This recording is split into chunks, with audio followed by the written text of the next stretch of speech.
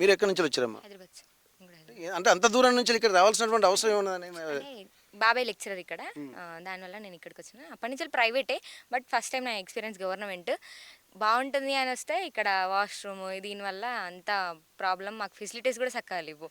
మాకు చెప్పుకోవడానికి ఒక మేడం ఉన్నది. ఆ మేడం కూడా మాతో పాటు వాష్రూమ్కి అక్కడికే వస్తుంది. ఇక మేము ఎవరికి చెప్పాలి, మేడం కూడా చెప్పుకోలేకపోతుంది.